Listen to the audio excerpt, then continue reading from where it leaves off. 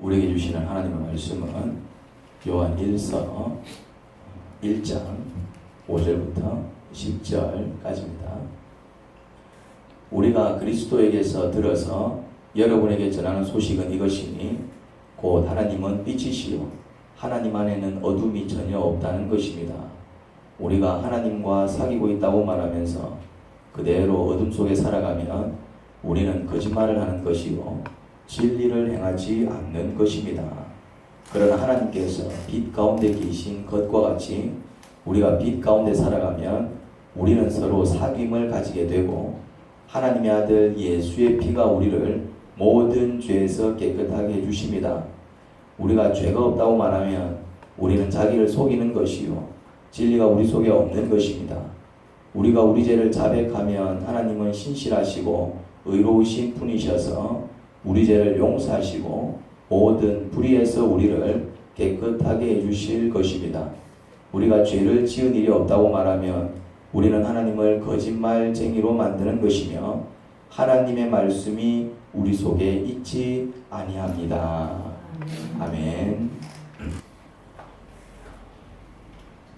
저는 빛 가운데 사는 삶의 의미를 정확히 모르고 있었습니다. 그런데 요한 1서를 묵상하면서 빛 가운데서 사는 삶의 의미를 정확하게 깨닫게 되었습니다. 저는 빛 가운데 사는 삶은 죄를 짓지 않고 사는 삶으로 이해를 했습니다. 그래서 그 말씀이 늘 부담이 되었습니다. 죄를 짓지 않기 위해 노력하지만 죄를 짓지 않고 사는 게 쉽지 않기 때문입니다. 아마 완벽하게 죄를 짓지 않는 것은 불가능하겠죠. 그러다 보니 빛 가운데 사는 삶은 제게 무척 부담이 되었습니다. 저는 이 말씀을 죄를 짓지 않고 사는 삶으로 이해를 했기 때문입니다. 그런데 그 본문을 깊이 묵상하면서 그게 아님을 깨닫고 안도의 한숨을 쉴 수 있었습니다. 5절에서 빛은 누구라고 소개를 하고 있습니까? 하나님을 빛으로 소개하고 있습니다. 하나님은 빛이시다. 그렇게 말씀하고 있죠. 그러면 빛 가운데 사는 것은 무슨 의미일까요? 하나님께서 빛이시다 하셨어요. 그러면은 빛 가운데 사는 것은 어떤 의미일까요? 그것은 하나님 가운데 사는 것. 그렇죠. 하나님이 빛이시라고 그랬으니. 즉 하나님 앞에서 사는 것 아니면 하나님과 함께 사는 것.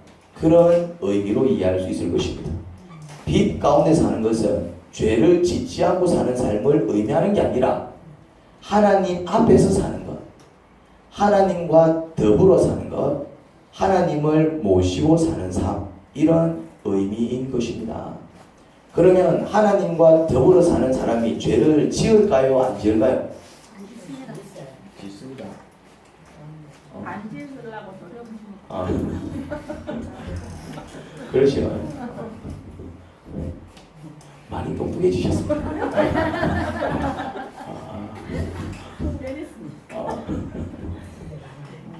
그렇죠. 죄를 짓지 않으려고 노력을 해요.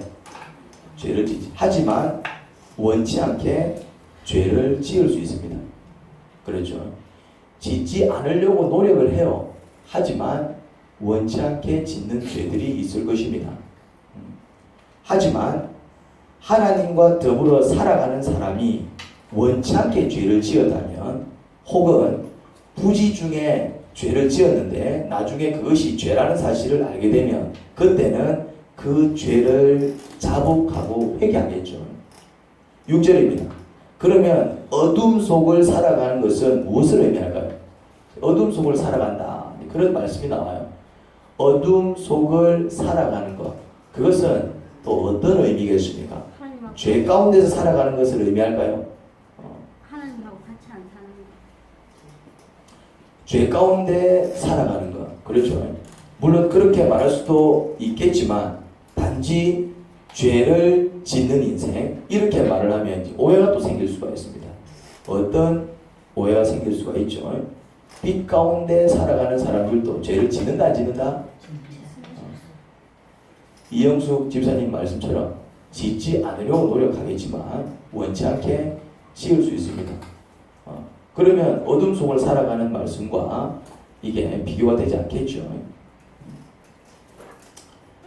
죄가 뭔지 모른 채 자신이 살고 있는 방식이 죄라는 사실을 모른 채 그냥 그렇게 살아가는 사람, 혹은 다른 사람들이 손가락질 할지 모른다는 생각에 자신의 허물과 약점을 감추고 마치 전혀 그런 사람이 아닌 것처럼 살아가는 인생. 그게 어떤 인생이라고요? 어둠 속에. 그게 어둠 속을 살아가는 인생입니다.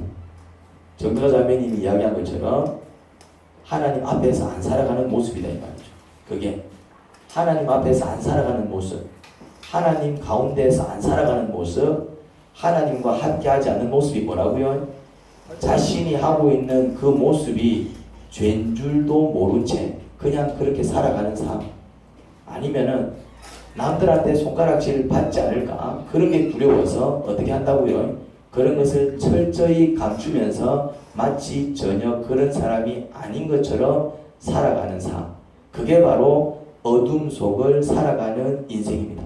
단지 죄 짓는 인생 이렇게 정의를 내릴 수 없습니다.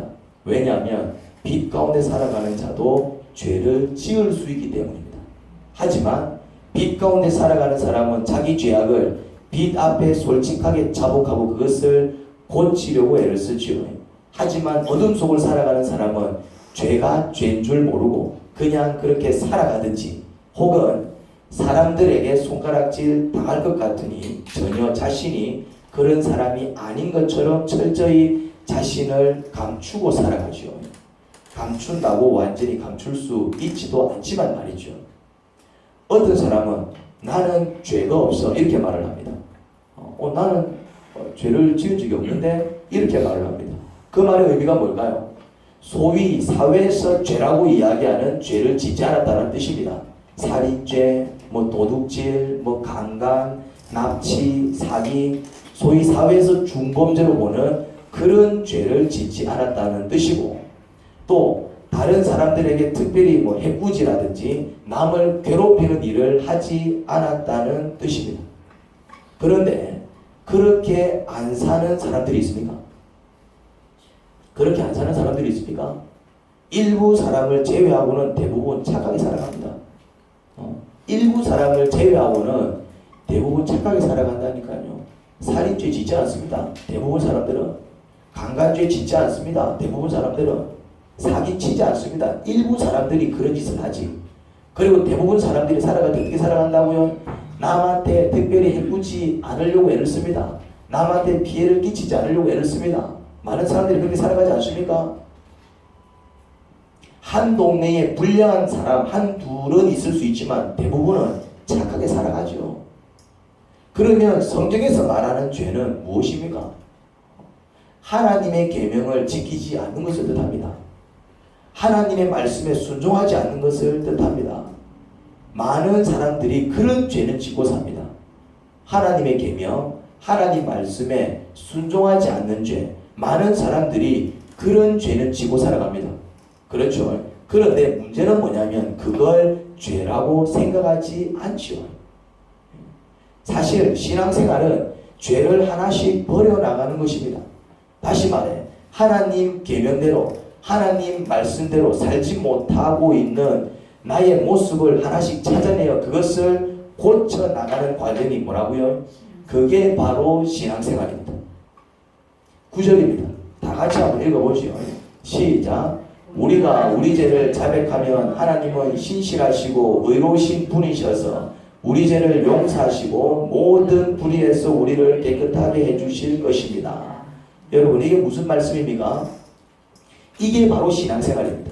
신앙생활은 우리 죄를 자백하고 하나님께 용서받고 그리고 씻음받는 과정, 그게 뭐라고요? 그게 바로 신앙생활인 것이에요. 믿음이 들어가면 들어갈수록 자신이 추해지는 것을 느낍니다. 믿음이 들어가면 들어갈수록 자신이 추해지는 것을 느낄 수 있습니다. 믿음이 들어가면 들어갈수록. 왜냐하면 믿음이 들어가면 들어갈수록 어떤 일이 벌어지느냐 하면 이전에 죄로 여기지 않던 부분들을 죄로 여기기 시작합니다.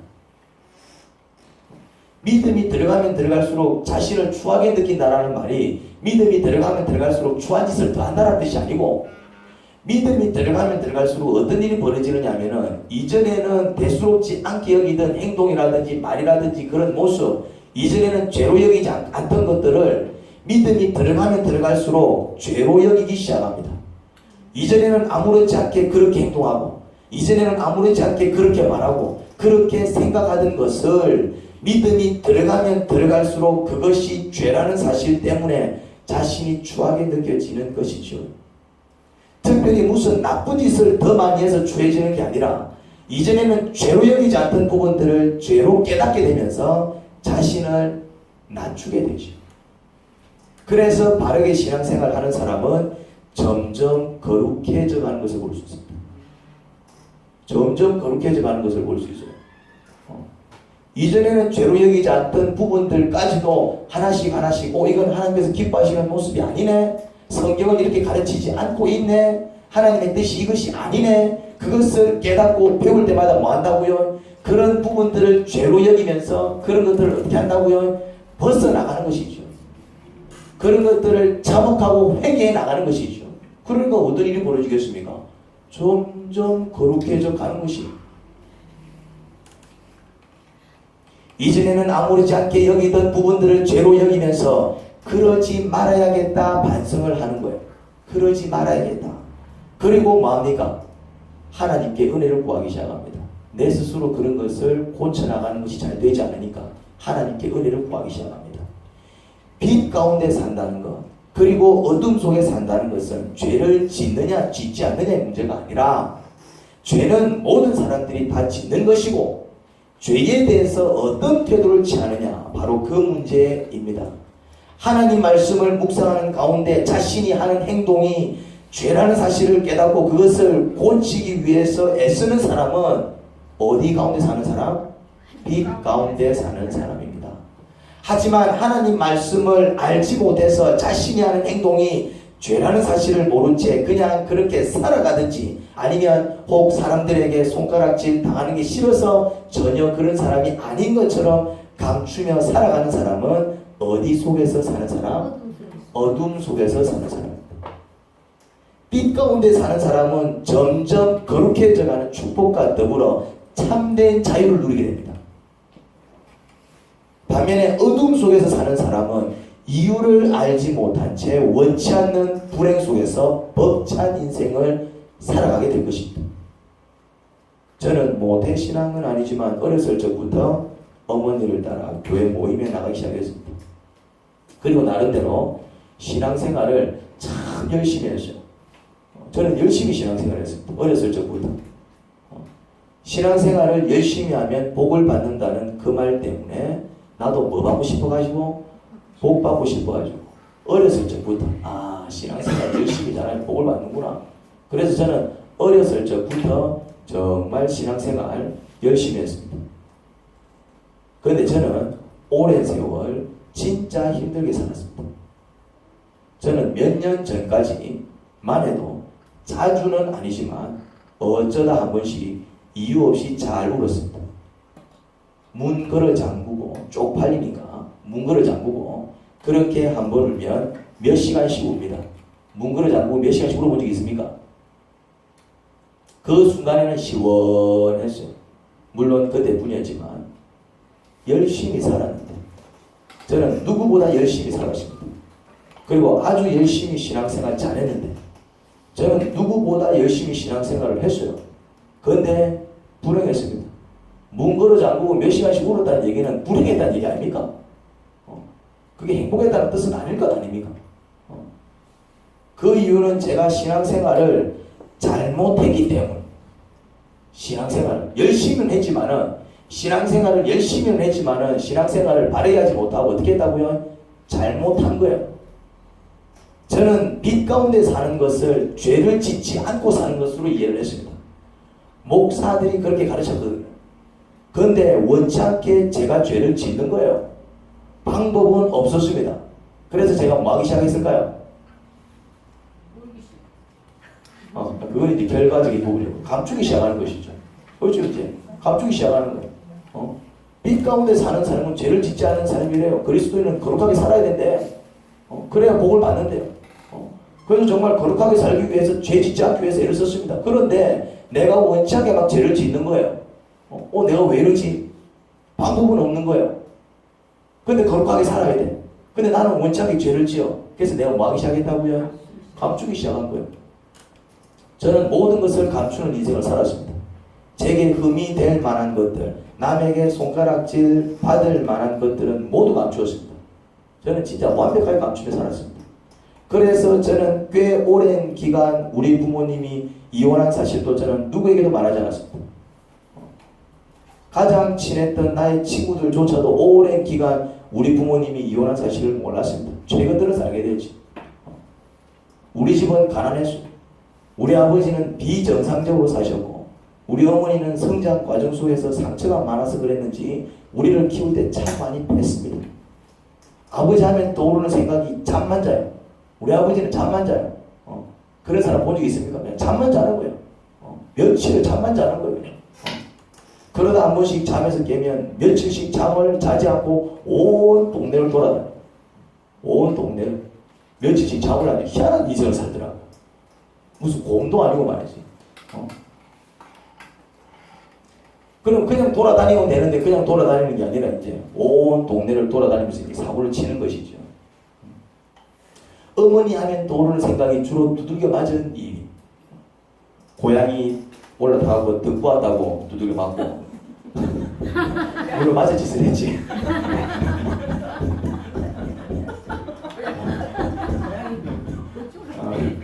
우리 엄마 입장에서는 우리 엄마는 정의감이 넘치거든요. 그 불쌍한 고양이 등에 그것도 혼자서 타면 되는데 둘이서 타면 되는 거예요. 그러니까 고양이 허리가 이제 뭐 삐꾸가 났나 봐요. 그래가지고 이제 그래가지고 막 고양이를 저지경으로 만들었다고. 달걀 합판 게임 못하고 하여튼 주 마신 거가 기억이 안 나는데 많이 맞았습니다. 그런데 그런 이야기를 하면은 그게 부모 욕하는 것 같은 느낌이 들었고 괜한 이야기거리로 내가 험담거리가 될 것 같은 생각에 저는 오랜 세월 저의 과거 이야기, 제 가족 이야기를 일절하지 않았습니다. 그리고 원치 않게 짓는 죄악을 부끄러워하면서도 그리스도인은 죄를 지으면 안 된다는 강박관념 때문에 그 모든 것을 철저히 감추며 살았습니다.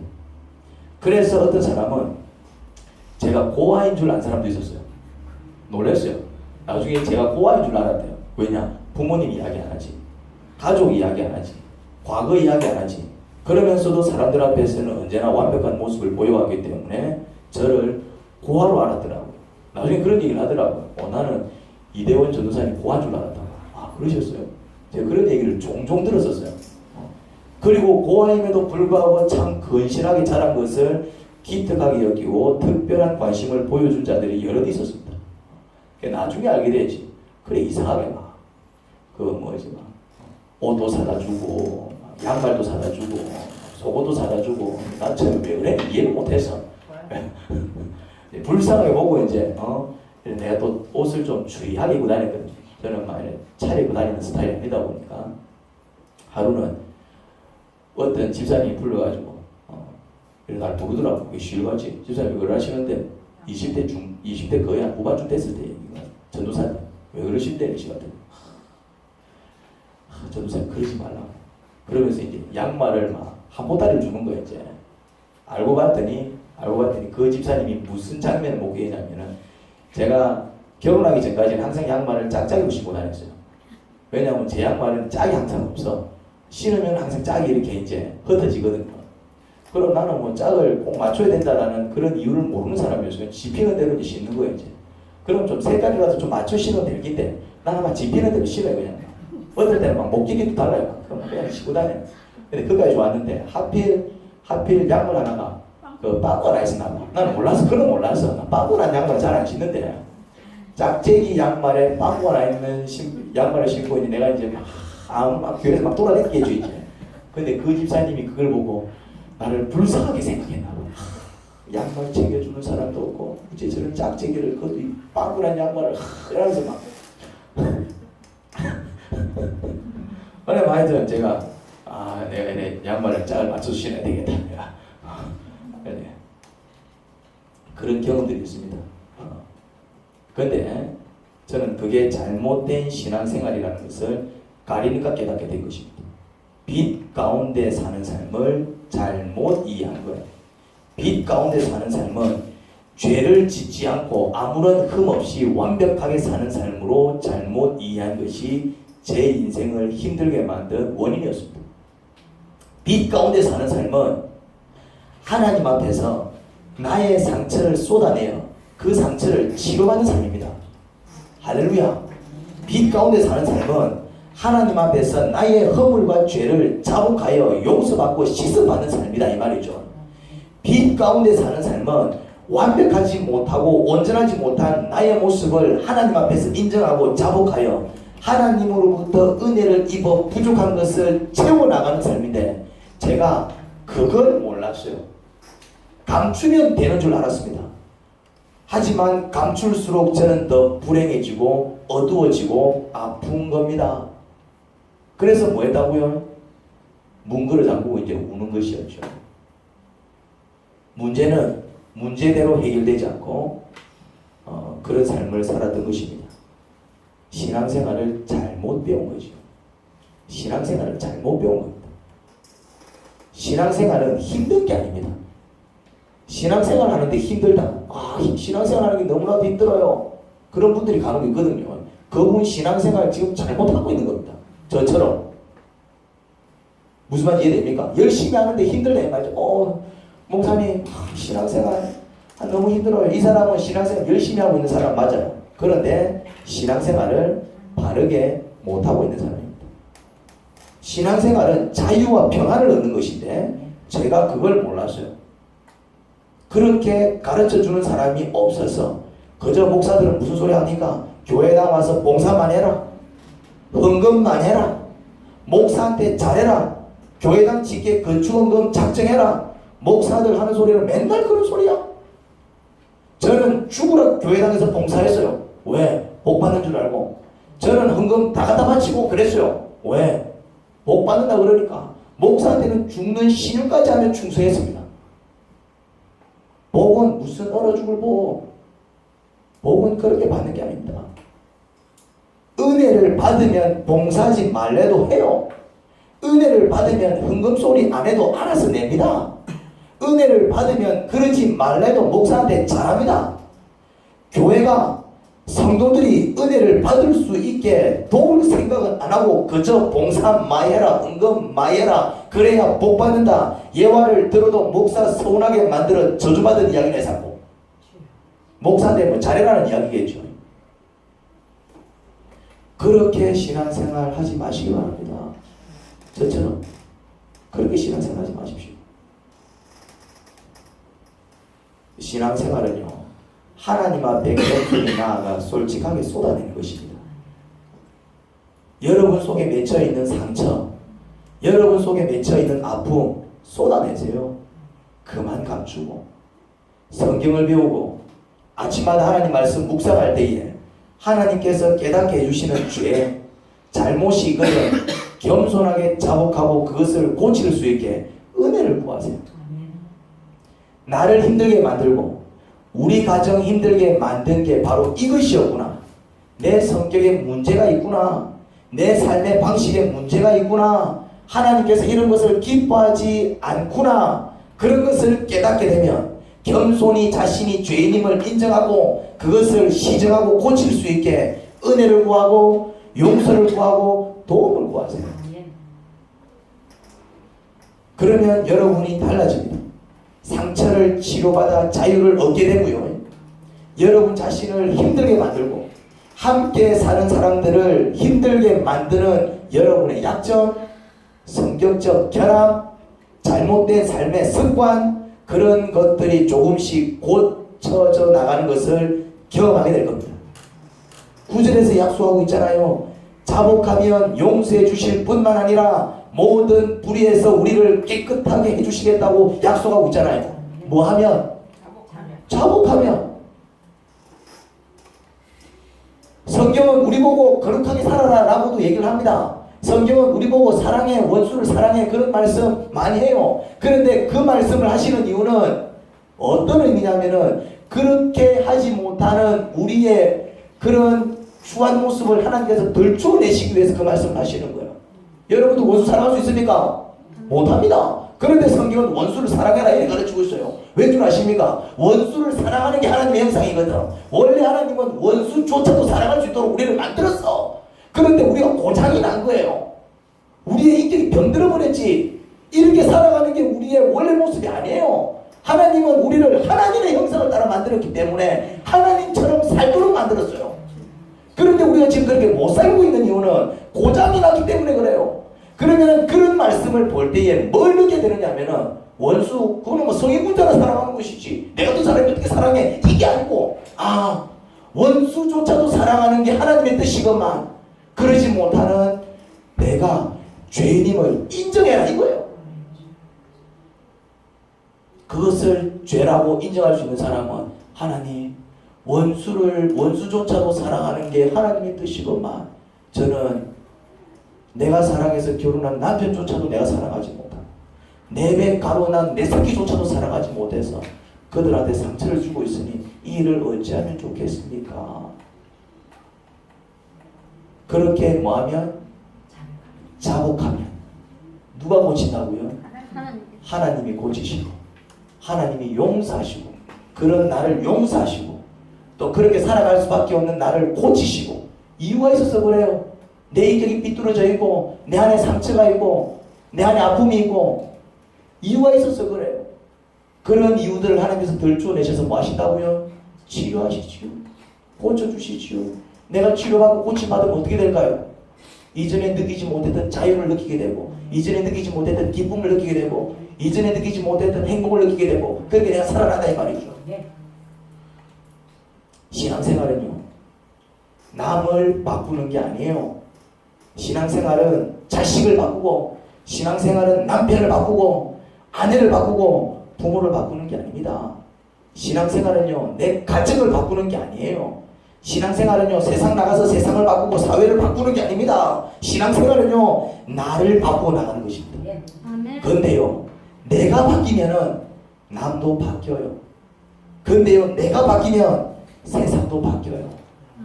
빛 가운데 산다는 것은 죄 안 짓고 사는 것을 의미하지 않습니다. 흠없이 완벽하게 사는 것을 뜻하지 않아요. 하나님 앞에서 그 빛 앞에서 선명하게 드러나는 나의 상처, 하나님 앞에서 그 빛 앞에서 선명하게 드러나는 나의 죄악, 하나님 앞에서 그 빛 앞에서 선명하게 드러나는 나의 허물, 잘못된 습관, 결함, 있는 성품, 그것들을 겸손하게 인정하고 하나님께서 베풀어 주시는 은혜 속에서 하나씩 고쳐나가는 삶, 그게 뭐라고요? 그게 빛 가운데서 사는 삶이에요. 그런데 그런 삶을 살면 거룩해집니다. 그런 삶을 살면 경건해집니다. 그런 삶을 살면 밝아집니다. 그런 삶을 살면 행복해집니다. 그게 신앙생활입니다. 그게 신앙생활입니다. 하나님 아버지 은혜를 감사합니다. 오늘 신앙생활이 뭔지 같이 살펴보는 시간 가졌습니다. 그저 죄 짓지 않고 봉사 많이 하고 헌금 많이 하고 목사한테 죽는 신용까지 하며 충성하는 것, 이런 게 신앙생활이 아니더라고요. 신앙생활은 빛 대신 하나님, 빛 대신 아버지 앞에서 선명하게 드러나는 우리의 치부, 상처, 허물, 잘못된 습관, 그런 결함 있는 성품, 겸손히 자복하고 그것이 고쳐지기를 바라며 은혜를 구하고 아버지께 나아가는 것, 그게 신앙생활이더라고요. 그렇게 주 예수 그리스도를 통하여 아버지 앞에 나아갈 때 아버지는 저희들을 치료해 주십니다. 저희들을 고쳐 주십니다. 저희들을 구원해 주십니다. 저희들을 새 사람 만들어 주십니다. 새로운 인생 살게 하십니다. 그게 신앙생활 바르게 하는 사람들이 누리는 축복이겠지요. 열심히 신앙생활 하는데 신앙생활 하는 게 왜 힘들지? 신앙생활 잘못하고 있는 것입니다. 신앙생활을 바르게 열심히 하면 오히려 내가 회복이 되고 내 안에 자유와 기쁨이 넘치고 그것을 또 그렇게 살아가지 못하는 이웃들한테 나눠줄 수 있는 여유와 즐거움이 더해지지요. 그런 전도자들이 되기를 간절히 바랍니다. 예수님 이름으로 기도합니다.